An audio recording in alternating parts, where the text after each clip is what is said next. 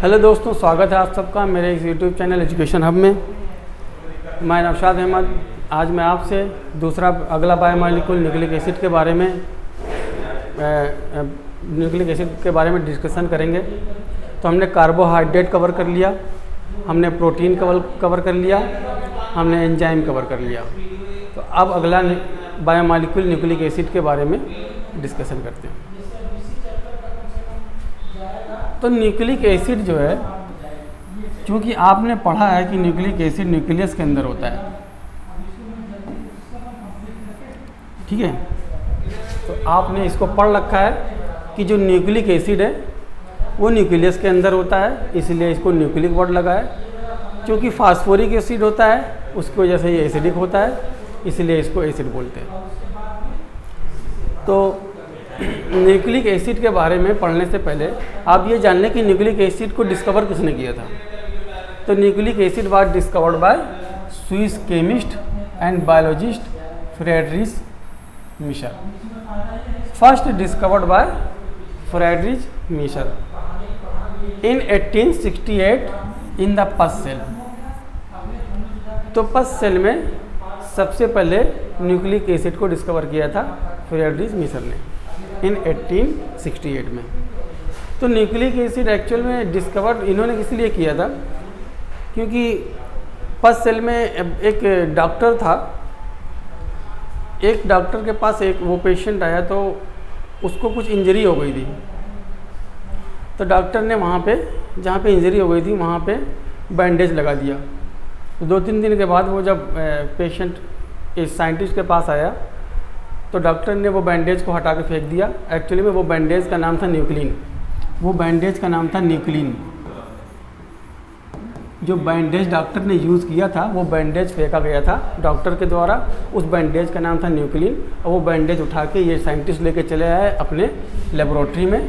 वहाँ पे इन्होंने न्यूक्लिक एसिड को डिस्कवर किया। उसके में पस लगा हुआ था। तो न्यूक्लिक एसिड को सबसे पहले फ्रेडरिच मिशर ने पस सेल में डिस्कवर किया था। तो हम जानते हैं कि हर generation, every generation of each and every species resemble its ancestor in many ways. अब जैसे कोई भी एंसेस्टर है, जैसे मैं हूँ, मेरे पेरेंट्स हैं, तो मेरी बहुत सी चीज़ें फेस वगैरह या फिजिकल अपीयरेंस उनसे मैच करता है। तो ये क्यों मैच करता है? Due to presence of similarity, due to similarity of DNA. तो मोस्टली क्या डीएनए है, क्योंकि मेरे अंदर जो जीन है एक फादर से आया, एक मदर से आया है, इसीलिए मैं रिजेंबल करता हूँ अपने पेरेंट्स से, ठीक है। और ये जो यही न्यूक्लिक एसिड ही एक ऐसा मटेरियल है जो एक जनरेशन से दूसरे जनरेशन में ट्रांसफ़र होता है, ठीक है। How these characteristic transmitted from one generation to the next, it has been observe that the nucleus of a living cell is responsible for this transmission. तो न्यूक्लियस के अंदर होता है न्यूक्लिक एसिड, इसीलिए वही रिस्पॉन्सिबल है इस ट्रांसमिशन के लिए।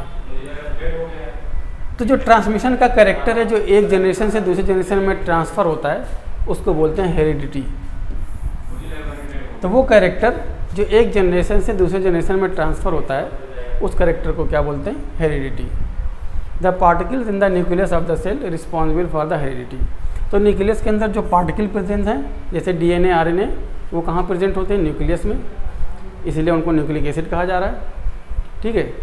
तो न्यूक्लियस में जो पार्टिकल हैं, ठीक है, डीएनए, आरएनए या क्रोमोसोम के ऊपर होते हैं। Chromosome which is made up of protein and another type of biomolecule called nucleic acid. तो क्रोमोसोम दो तरह की चीज़ों से मिलकर बना, प्रोटीन और न्यूक्लिक एसिड। लेकिन हमें मतलब किससे है? हमें मतलब है न्यूक्लिक एसिड से, ठीक है।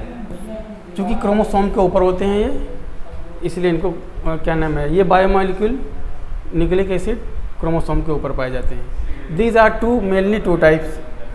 अब ये पढ़ते चले आ रहे हैं कि ये दो तरह के होते हैं, DNA, RNA. DNA is the deoxyribose nucleic acid, deoxyribo nucleic acid and the ribo nucleic acid RNA. Since nucleic acids are long chain polymer of nucleotides, so they are also called polynucleotide. तो जैसे आप जानते हैं कि amino acids are long chain of protein. तो amino acid किसके monomer हैं? Protein के, और ये आपस में पॉलीमराइज होते हैं तो बनता है प्रोटीन।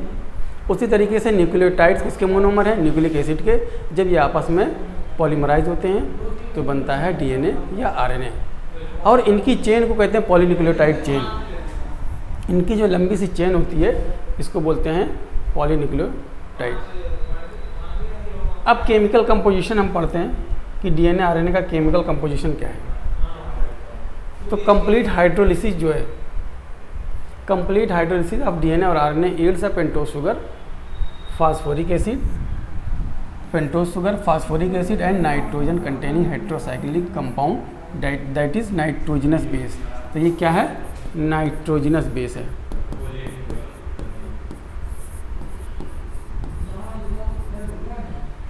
ठीक है, तो नाइट्रोजनस बेस, पेंटोज शुगर और फास्फोरिक एसिड मिलके क्या बनाते हैं?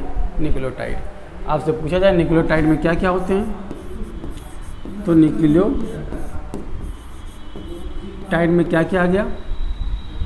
Pentose sugar plus nitrogenous base plus phosphoric acid, ये तीनों मिलके क्या बनाते हैं? न्यूक्लियोटाइड।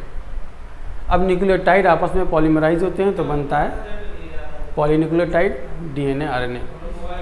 अब वो पॉलीन्यूक्लियोटाइड एक दूसरे से पॉलीमराइज होते हैं, एक दूसरे से हाइड्रोजन बॉन्डिंग से जुड़ते हैं तो बनता है न्यूक्लिक एसिड।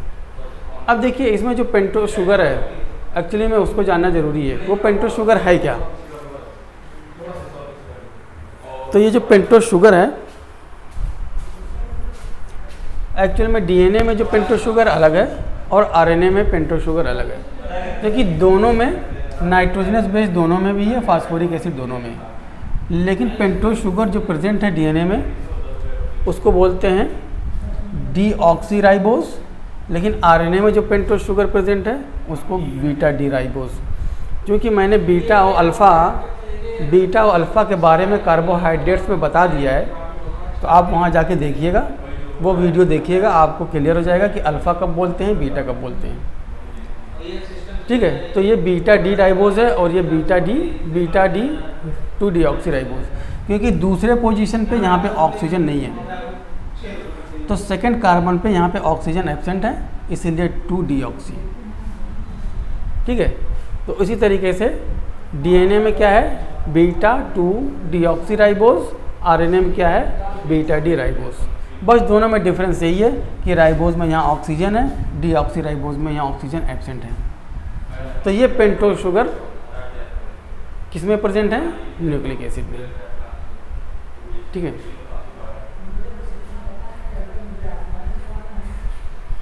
तो पेंटोज शुगर न्यूक्लिक एसिड में प्रेजेंट है।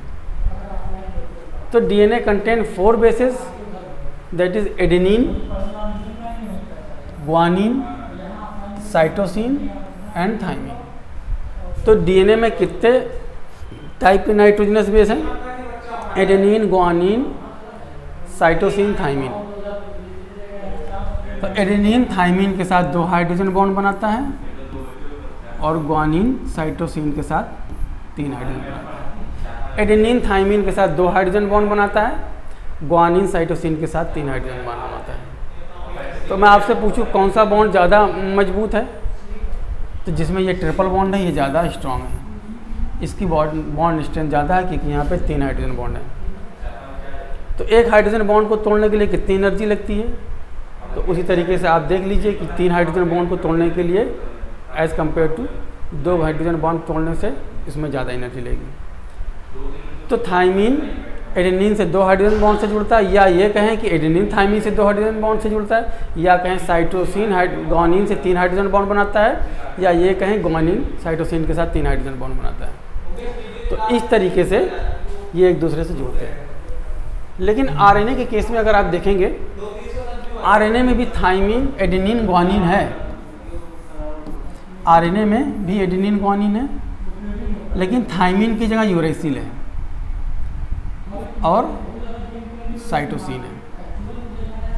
तो आरएनए में थाइमिन नहीं है, आरएनए में यूरेसिल आप जानते हैं। तो जी और सी कितने हाइड्रोजन बॉन्ड से जुड़ते हैं? 3। ये आरएनए में भी ऐसे ही जुड़ेंगे, क्योंकि डीएनए में क्या था?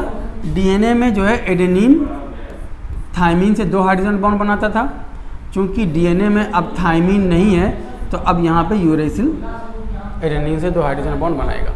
तो ये वाला केस डीएनए का था, ठीक है, और ये वाला केस आरएनए का है। तो आरएनए के केस में यूरेसिल एडेनिन के साथ 2 हाइड्रोजन बॉन्ड से जुड़ेगा, क्योंकि थाइमिन आरएनए में नहीं होता है, और ग्वानिन साइटोसिन से 3 हाइड्रोजन बॉन्ड से जुड़ता है।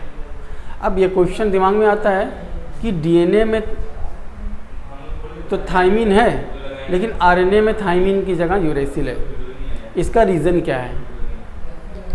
तो इसका रीज़न जानने के लिए जब मॉलिक्यूलर बेसिस ऑफ इनहेरिटेंस पढ़ाऊँगा तो वहाँ पे आपको इस पता चल जाएगा, ठीक है। क्योंकि डीएनए की सिंथेसिस के लिए डीएनए पॉलीमरेज चाहिए, आरएनए की सिंथेसिस के लिए आरएनए पॉलीमरेज चाहिए। डीएनए के एक्टिव साइट पे थाइमिन फिट बैठता है, थाइमिन का न्यूक्लियोटाइड सेट होता है, लेकिन आरएनए पॉलीमरेज के एक्टिव साइट पे यूरेसिल का न्यूक्लियोटाइड सेट होता है।